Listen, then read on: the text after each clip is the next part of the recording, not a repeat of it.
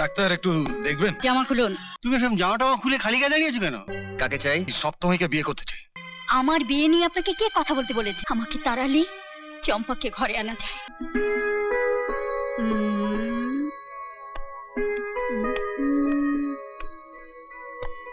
Doctor একটু দেখবেন। দেখাতে হলে ওই বেডে শুয়ে পড়ুন। কথা না বাড়িয়ে শুয়ে পড়ুন।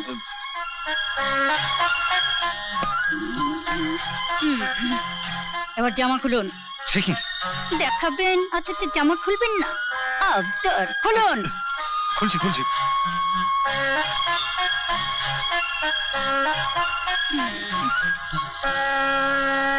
এবার এবার আমি এসে গেছি।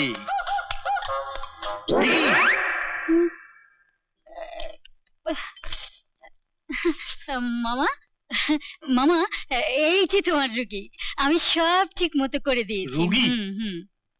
আরে দীপক, তুমি সব জামা টামা খুলে খালি গায়ে দাঁড়িয়েছো কেন? ম্যাডামের যেমন হুকুম। ম্যাডামের হুকুম? জামা পরে থাকলে তুমি ভালো করে রুগীকে দেখবে কেমন করে? কে রুগী? আরে দীপক, কলকাতার নাম করা ডাক্তার। হ্যাঁ, আমি এখানে একটা রুগী দেখার জন্য ওকে স্পেশাল কল দিয়ে আনিয়েছি। মামা, আমি যাচ্ছি মামা। আমি পাগলি মেয়ে জানো। কে মেয়েটি? নাম কি ওর? ওর সম্পর্কে আমার ভাগ্নি, নাম সপ্তমী। কি রে পঞ্চম, কোথায় গিয়েছিলি? পঞ্চম দাঁড়া দাঁড়া। হ্যাঁ রে, কি ব্যাপার কি বলতো? তুই কি গান গাইতে গাইতে জীবনটা কাটিয়ে দিবি? তোর কি এতটুকু কোনো ভাবনা চিন্তা নেই? কেন, কিসের ভাবনা? কি হয়েছে দত্ত বৌদি? কি আবার হবে, বলছিলাম তোর দিদির তো বয়স হয়েছে। তুই লোকের বাড়ি বাড়ি বেশ বিয়ে খেয়ে বেড়াচ্ছিস, এদিকে নিজের ঘরে যে দিদি রয়েছে তার বিয়ের চিন্তা কে করবে বল? না মানে, ভালো ছেলে না পেলে? আরে বাবা, খুঁজতে হয়, চারিদিকে লোক লাগিয়ে ভালো পাত্রের সন্ধান করতে হয়। হ্যাঁ, কিন্তু এখন আমার হাতে টাকা পয়সাও। আরে এসব কাজে নেমে পড়লে টাকা ভূতে জোগায়। আরো দিন গড়িয়ে গেলে ভালো পাত্র জোটা মুশকিল হয়ে যাবে। তখন দেখবি সারা গ্রামে ঢিটি পড়ে গেছে, ভাইটা দিদির জন্য কিচ্ছু করলো না। না মানে আমি তুই একবার সপ্তমীর মুখের দিকে একবার তাকিয়ে দেখেছিস? মুখটা বেচারার কেমন শুকিয়ে গেছে। সে হয়তো মনে মনে ভাবছে ভাইটা বুঝি আমার জন্য কিচ্ছু করছে না। তাই বুঝি?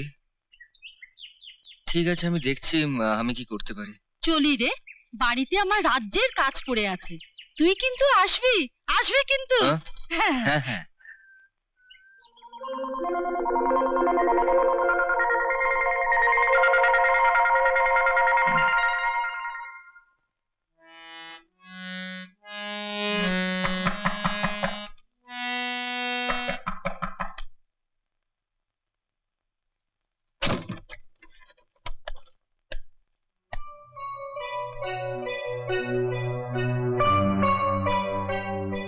কাকে চাই?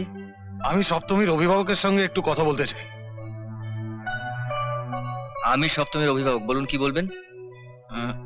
ও আচ্ছা আচ্ছা আচ্ছা, তা কথাগুলো কি দরজায় দাঁড়িয়ে বলবো না ভেতরে আসতে পারি? ও হ্যাঁ, আসুন ভেতরে আসুন। চলুন আসুন, বসুন।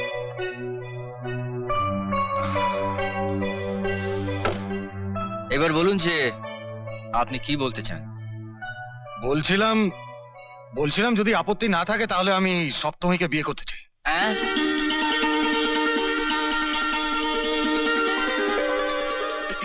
মানে আপনি আমার দিদি সপ্তমীকেই বিয়ে করতে চান?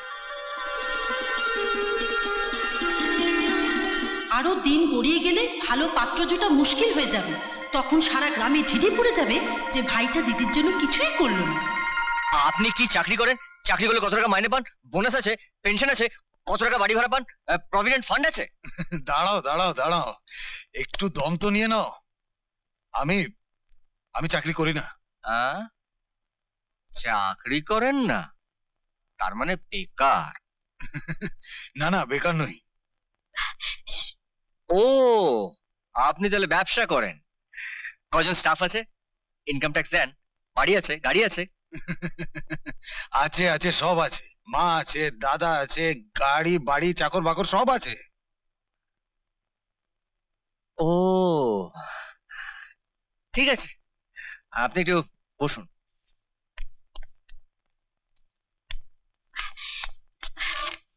এই এই ভাই, এই এই ভাই শোন, শোন, আহ, আমার কথা শোন। সিরিয়াস কথা চলছে। অভিভাবকদের কথার মধ্যে ছোটদের রাস্তা নেই। তুই বরং এক কাজ কর, এক কাপ চা কর। ভাই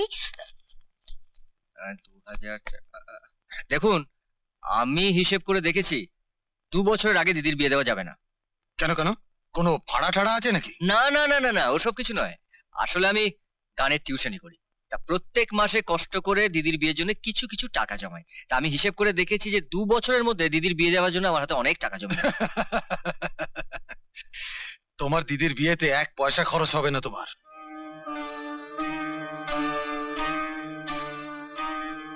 সব খরচ আমি করব।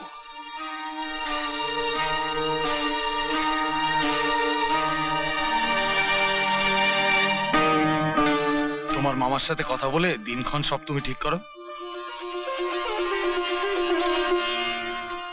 তাহলে আজ আমি আসি। না মানে একটু চা খেয়ে যান। শুধু চা নয়, মিষ্টিও খাবো, তবে আজ নয়, অন্য একদিন আসি। হ্যাঁ দিদি, দিদি। এই যে অভিভাবক মশাই, ব্যাপারটা কি? আমার বিয়ে নিয়ে আপনাকে কে কথা বলতে বলেছে? না না, কে আর বলবে? আমাকে তাড়াতে না পারলে হচ্ছে না বুঝি? না রে, এর মধ্যে তাড়াবার প্রশ্ন আসছে কেন? আসছে, আমাকে তাড়ালেই চম্পাকে ঘরে আনা যায়। কাউকে ঘরে আনার জন্য নয় রে দিদি, 5 জনের 5 রকম কথা বন্ধ করার জন্য। আর তাছাড়া একদিন না একদিন তোর বিয়ে তো আমাকে দিতেই হবে, এটা তো আমার দায়িত্ব। বাহ, আজ তো বেশ বড় হয়ে গেছিস, মুখে বড় বড় কথা বলছিস।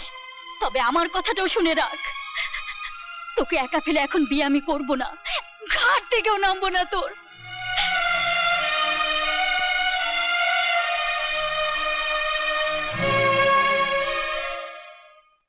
না না না না, এ বিয়েতে আমার একটুও মত নেই।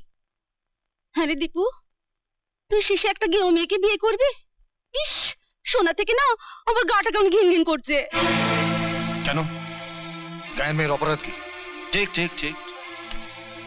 কেন, গায়ের মেয়েরা কি মানুষ নয়? হ্যাঁ, বড় খোকা, তুই সংসারের বুঝিস কি?